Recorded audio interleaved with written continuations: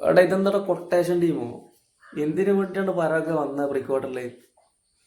ഇവിടുത്തെ മനുഷ്യൻ്റെ ഉറക്കവും കളഞ്ഞ് ഫ്രാൻസിന്റെ പ്ലേയേഴ്സിനെ ഇടിച്ചങ്ങോട്ട് ഇടുക.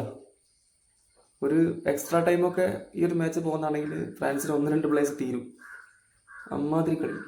അവിടെ തോൽക്കുന്നുണ്ടെങ്കിൽ കളിച്ച് നോക്കണം. ഇതൊരുമാതിരി ഇങ്ങനെ ബസ് പാർക്ക് ചെയ്യുക, എന്നിട്ട് മറ്റേ പ്ലേസിന് ഇടിച്ചിടുക.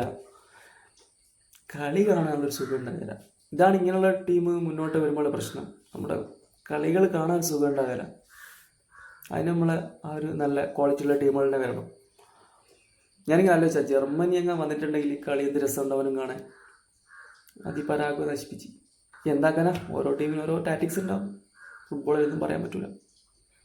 എന്നാലും പരാഗ് പുറത്തായല്ലോ, ഇനി ഇവരെ കളി കാണണ്ട, അത് സമാധാനം. ഇനി ഫ്രാൻസ് മൊറോക്കോ അതെന്തായാലും നല്ല കളിയായിരിക്കും. കഴിഞ്ഞ വേൾഡ് കപ്പിൽ നടന്നൊരു കളി തന്നെയല്ലേ അത്.